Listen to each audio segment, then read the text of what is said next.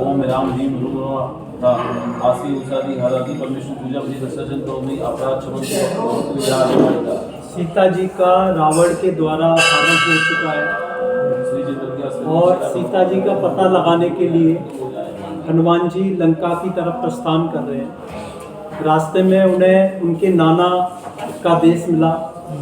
नाना से चूंकि एक द्वेष भाव था पहले का, तो युद्ध भी हुआ, उन्होंने जीता। फिर नाना जी को अपने गलती का एहसास हुआ, फिर वहाँ से वो हनुमान जी आगे बढ़े।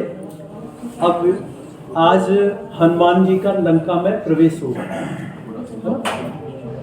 लंका के चारों तरफ प्रवेश होगा कैसे? क्योंकि लंका के चारों तरफ तो ऐसा पर्वतों का बना हुआ है जहाँ पक्षी भी प्रवेश नहीं कर सकता, तो कैसे प्रवेश करेंगे कि अपन समझ।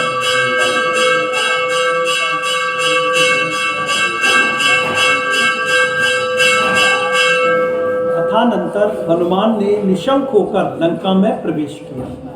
सबसे पहले वे विभीषण के महल में गए। अपन ने पहले पढ़ चुके थे, उनके पास कोई विद्या थी, हाँ, ऐसे प्रवेश कर गए लंका में, है ना। सबसे पहले वे विभीषण के महल में गए। सबसे पहले कौन के पास जाएंगे? धर्मात्मा के पास समझाने के लिए, समझ जाओ। विभीषण ने उनका बहुत सम्मान किया। हनुमान ने विभीषण से कहा, आप ही बताएं, क्या यह उचित है कि रावण जो भरत क्षेत्र के 3 खंडों, रावण कौन थे? 3 खंड नहीं, कौन का? प्रतिनारायण है ना, जो महापुरुष होते हैं, जैसे रामचंद्र बलभद्र थे, लक्ष्मण नारायण थे और रावण प्रतिनारायण। नारायण के द्वारा प्रतिनारायण का वध होता है, ये नियम है, नियोग है। तो हनुमान जी विभीषण के पास पहुंचे और प्रतिनारायण और नारायण 3 खंड के स्वामी होते हैं और चक्रवर्ती 6 खंडों के स्वामी होते हैं, है ना। तो हनुमान ने विभीषण से कहा, बताओ ये क्या उचित है कि रावण जो भरत क्षेत्र के 3 खंडों का स्वामी है, एक दरिद्र मनुष्य की भांति पर स्त्री को चुरा लाया है।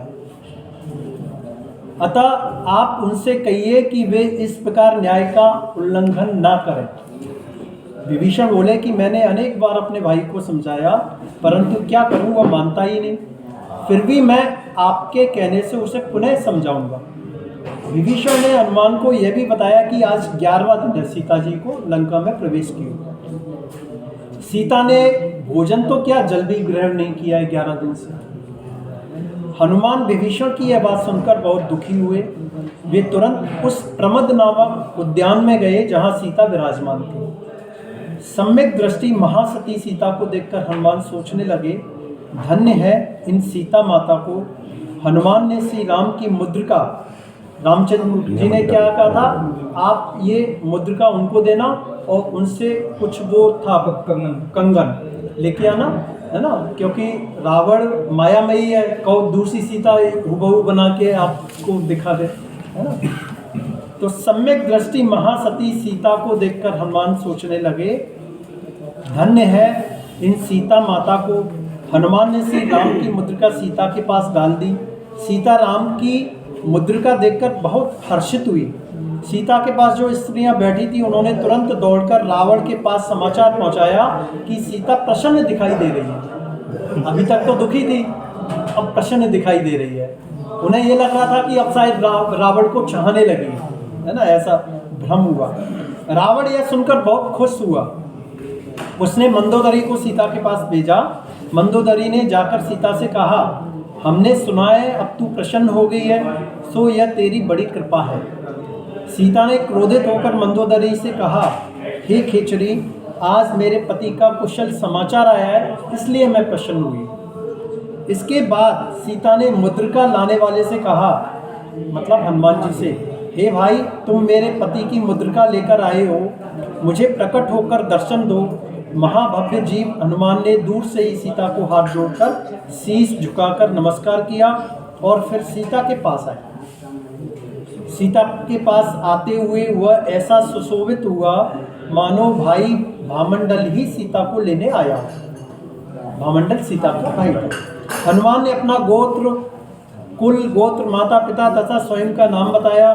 फिर श्री राम का सारा संदेश कहा और यह भी कहा कि हे साध्वी, हे पतिव्रते, यद्यपि श्री राम स्वर्ग के विमान के समान महलों में विराजते हैं, परंतु आपके वियोग रूपी समुद्र में डूबे रहते हैं, कभी और कहीं भी खुश नहीं रह पाते। मतलब सब संपन्नता है, सब इतने सारे वो मिल गए, सुग्रीव की पूरी सेना मिल गई, सब सेवा में लगे हुए, फिर भी आपके वियोग की वजह से वो दुखी है। सीता ने कहा, हे भाई, मैं यहाँ दुख सागर में पड़ी हुई हूँ, मेरे अशुभ कर्म का उदय चल रहा है। ऐसी स्थिति में तुमने मुझे पति के समाचार सुनाकर अपार प्रसन्नता दी है, मैं तुम्हें क्या दूँ। देखो कितनी बड़ी बात छुपी हुई है इस सेंटेंस में। सीता ने ये नहीं कहा कि इस दुष्ट रावण ने मेरा अपहरण कर लिया है, वो कह रहे हैं मेरे ही अशुभ कर्मों का उदय चल रहा है, इसलिए मैं यहाँ पे मेरा हरण हुआ है ना। तो सम्यक दृष्टि की यही पहचान होती है। सम्यक दृष्टि का अंग पढ़े थे ना अपन ने, एक 5वां अंग था उपगुहन अंग, वो कभी दूसरे को दोष नहीं देता। और वास्तविकता भी यही है, जो कुछ भी अपने साथ घटित हो रहा है अपने ही कर्मों के उदय से हो रहा है। वो सामने वाला जो कर रहा है वो निमित्त मात्र बन रहा है, अगर वो नहीं करेगा तो दूसरा करेगा। ये हमारा भ्रम रहता है। हनुमान ने प्रणाम करके कहा, हे जगत पूज्य, आपके दर्शन से ही मुझे महालाभ हुआ है। सीता ने हनुमान से पूछा, हे भाई, तुम्हारी मेरे स्वामी से किस प्रकार मित्रता हुई, वह सब मुझे बताओ। हनुमान ने हाथ जोड़कर सिर झुकाकर कहा, हे देवी, लक्ष्मण को सूर्यहास खड्ग सिद्ध हो गया और उसके कारण खरदूषण आदि से लक्ष्मण का जो युद्ध हुआ था वह सारा समाचार आप जानती ही हैं। उनके बाद जब आप श्री राम के पास विराजमान थी, उसी समय वह रावण आ गया। यद्यपि वह सारे शास्त्रों का ज्ञाता था, रावण महाज्ञानी था, सारे शास्त्रों का ज्ञाता था और धर्म अधर्म का स्वरूप जानता था, तो भी आपको देखकर अविवेकी हो गया और सारी धर्म नीति भूल गया। उसने आपका हरण करने के लिए कपट पूर्वक सिंहनाद किया, अपन ने पढ़ा था है ना, सिंहनाद किया, जिसे सुनकर राम तो लक्ष्मण के पास चले गए और वह पापी रावण आपको हर करके ले आया। श्री राम आपको ना पाकर अत्यंत दुखी हुए। आपको खोजने के लिए वे वन में बहुत भटके। उन्होंने जटायु को भी मरता देखा। लक्ष्मण ने राम को बहुत धैर्य बनाया। चंद्रोदर विद्याधर के पुत्र विराधित की लक्ष्मण से युद्ध क्षेत्र में ही मित्रता हो गई थी। तत्पश्चात राम के पास सुग्रीव आया। वह साहस गति नामक विद्याधर से परेशान था। राम ने साहस गति को मारकर सुग्रीव का बड़ा उपकार किया।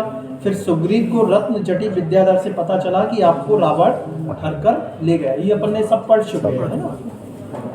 सुग्रीव मेरे ससुर है, हनुमान के ससुर थे सुग्रीव। अतः उन्होंने मुझे बुलवाकर श्री राम से मिलवाया।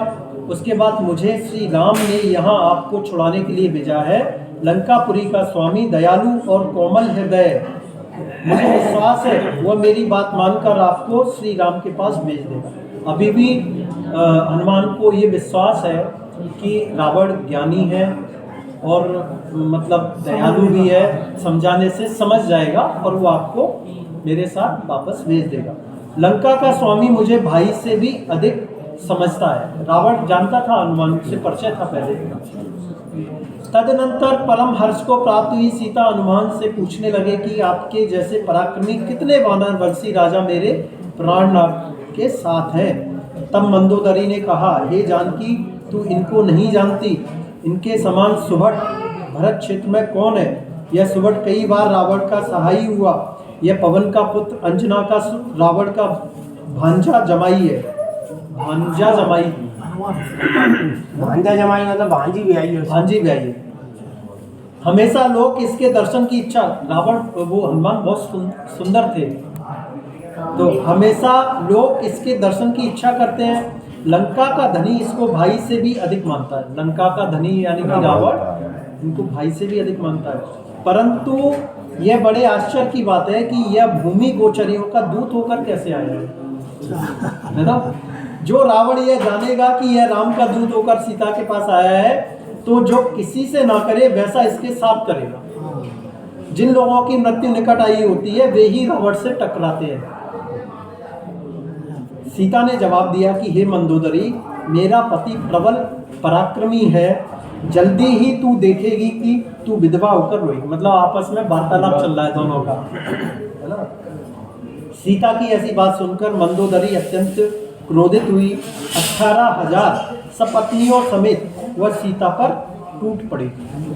हनुमान ने बीच में आकर उन्हें उसी प्रकार रोक लिया जिस प्रकार कोई पहाड़ नदी के प्रभाव को रोक देता है। इससे सारी रानियां शिकायत लेकर रावण के पास गई। सबके चले जाने के बाद हनुमान ने सीता से आहार ग्रहण करने की प्रार्थना की। 11 दिन से जल भी ग्रहण नहीं किया। सीता की भी इतनी ही प्रतिज्ञा थी कि जब पति का कोई समाचार सुनूंगी तभी भोजन करूंगी।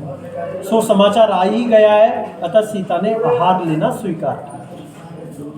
हनुमान ने ईरा नामक एक विद्याधरी को शीघ्र ही श्रेष्ठ भोजन लाने की आज्ञा दी। महासती सीता ने स्नान आदि के पश्चात अपने हृदय में महाश्रद्धा को धारण कर जिनेंद्र भगवान को नमस्कार किया। फिर विविध सुपात्रों को भोजन कराने का भाव करके श्री राम को हृदय में धारण करके दिन में शुद्ध आहार किया। हनुमान ने भी विभीषण के पास जाकर भोजन किया।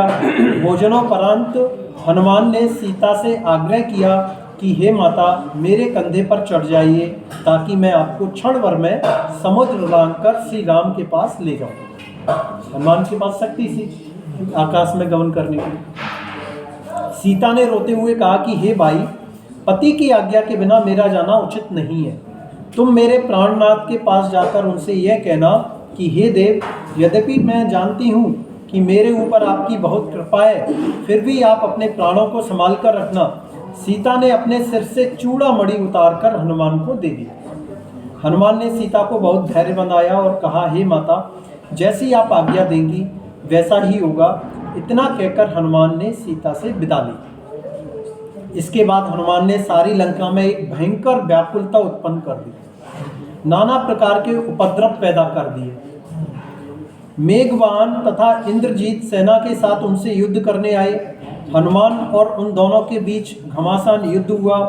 अंततः इंद्रजीत ने हनुमान को नागपाश से जकड़ लिया और रावण के पास ले आए।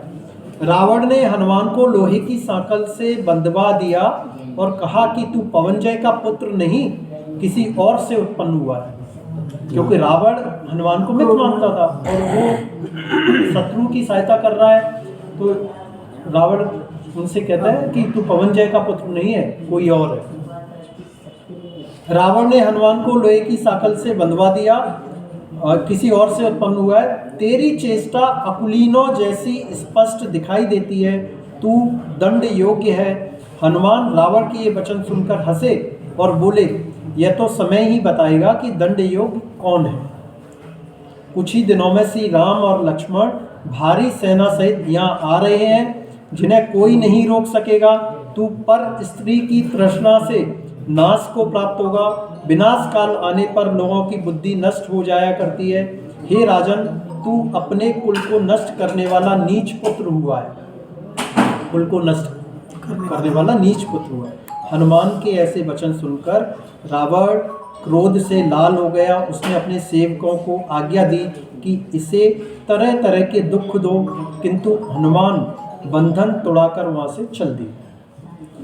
उन्होंने लात मारकर रावण के विशाल महल को चकनाचूर कर दिया। इतना बलशाली थे हनुमान, क्योंकि जन्म होते से ही शिला पे गिरे, शिला चकनाचूर हो गई। ऐसा कामदेवों का बल रहता है। वज्र विषम नाराज सैनन बोलते हैं कि हड्डियां और मांसपेशियां वज्र के समान होती हैं। उन्होंने लात मारकर रावण के विशाल महल को चकनाचूर कर दिया और अगले ही क्षण आकाश में जाओ। ये अपना अध्याय पूरा हुआ है। देखो कल कितना बढ़िया मनीष भैया के सौभाग्य से अपन को कितना बढ़िया अवसर प्राप्त किया। मात्र ये अवसर अपना केवल एक कार्यक्रम तक सीमित ना होके रह जाए, अपन को हर किसी को कोई ना कोई एक संयम में कदम बढ़ाना है। इतना पवित्र प्रसंग देखकर कोई ना कोई एक जीवन में संयम ले लेना, जो आपको ये लगे कि हम इस नियम को, संयम को अच्छी तरह से पालन। जितने नियम है उससे एक नियम बढ़ा लेना कोई भी, है ना। क्योंकि संसार में बहुत अपन पढ़ते हैं और चिंतन करें तो कुछ नहीं है, कुछ भी कर लो सब आसार है, सब आसार है, सब नष्ट होना है ना। और धीरे धीरे एक एक नियम के सहारे अपन भी भाव अंत में यही रखो कि जीवन का अंत होने से पहले कम से कम एक बार, एक दिन के लिए, एक जितना ज़्यादा समय के लिए आ सके अच्छी बात है, नहीं तो कम से कम एक दिन के लिए तो अपन मोक्ष मार्ग में, समाधि मरण घर में रहते हुए असंभव है, होता ही नहीं है। क्योंकि मोह एक ऐसी चीज़ है, मोह जब तक नहीं टूटेगा समाधि मरण होने का, समाधि मरण क्या सुमरण भी हो जाए वो भी बहुत बड़ी बात है। क्योंकि अंत समय में मान लो अपन घर में हैं तो बहुत ही, हालांकि घर में ये निषेध नहीं है कि सुमरण नहीं होगा, घर में ये निषेध नहीं है, लेकिन संभावना बहुत कम रहती है। क्योंकि अपन भावों को शुद्ध करना भी चाहें, बच्चे आ गए, परिवारीजन आ गए, कोई कुछ कह रहा है, क्योंकि वातावरण का सबका असर होता ही होता है। तो इसलिए भाव ये रखो कि अपने जीवन में भी ऐसी स्थिति आए, अपन भी मोक्ष मार्ग में आगे बढ़े, है ना।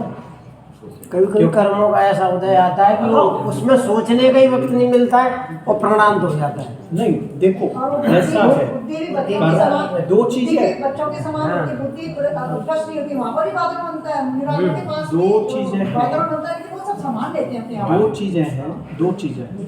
कर्मों का उदय अपने हाथ में है नहीं है, लेकिन वर्तमान का पुरुषार्थ अपने हाथ में पुरुषार्थ है ना। अंतः क्रियादि करणम तप फलम सकल दर्शन स्तुवते तस्माद्यावद विभवम समाधि मरणम प्रियति तव्यम। अंत समय में किया हुआ समाधि मरण जीवन भर के तप का फल होता है। अपन सोचे हैं कि ठीक है अंत समय आएगा तब अपन अंगीकार कर लेंगे, ऐसा हो ही नहीं सकता। अभी से एक एक कदम बढ़ाए। अपन ये नहीं करें कि तुम रात्रि भोजन आजीवन के लिए त्याग करो, या अपन तो ये चर्चा कर रहे हैं एक नियम बढ़ा लो। हर समय जब भी आपकी अनुकूलता हो एक एक नियम बढ़ाते जाओ और उन नियमों का दृढ़ता से पालन करो।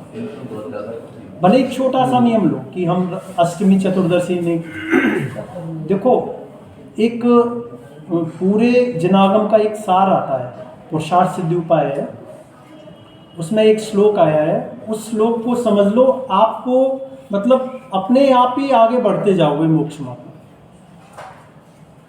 उन्होंने लिखा अब बुद्ध हिंस हिंसक हिंसा हिंसा फलानी तत्व नित्यम अबगूह माने निज सत्या त्याज्यताम तेषम।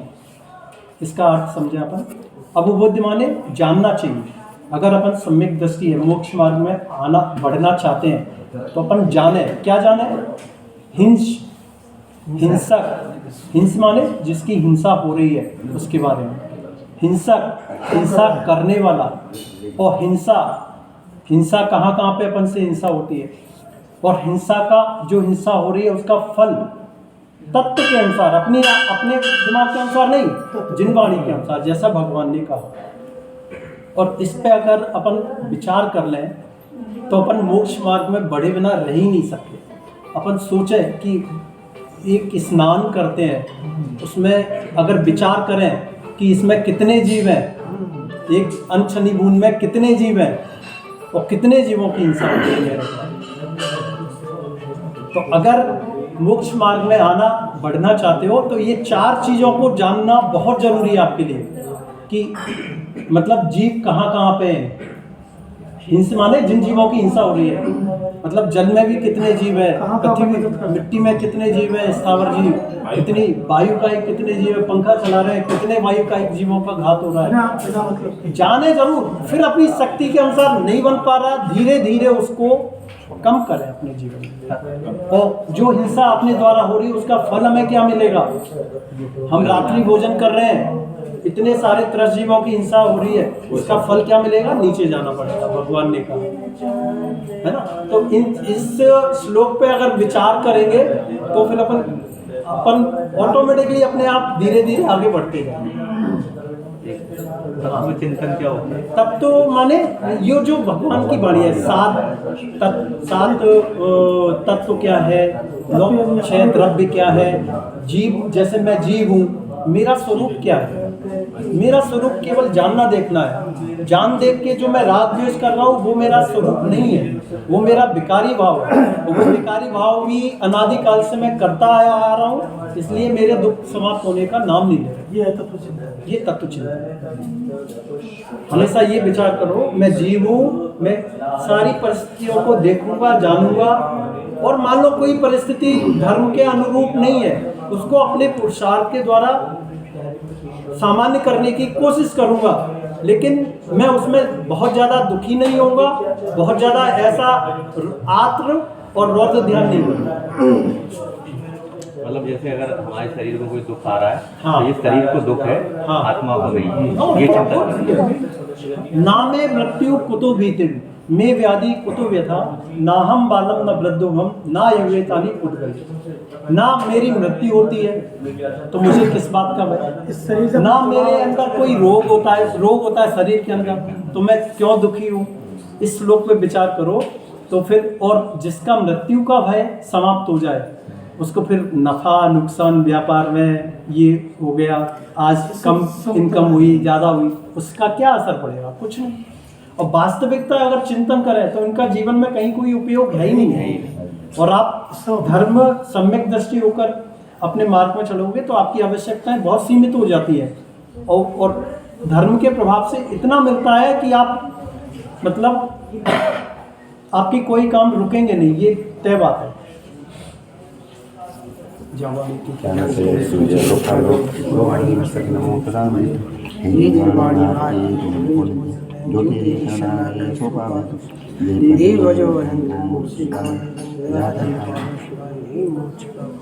नमो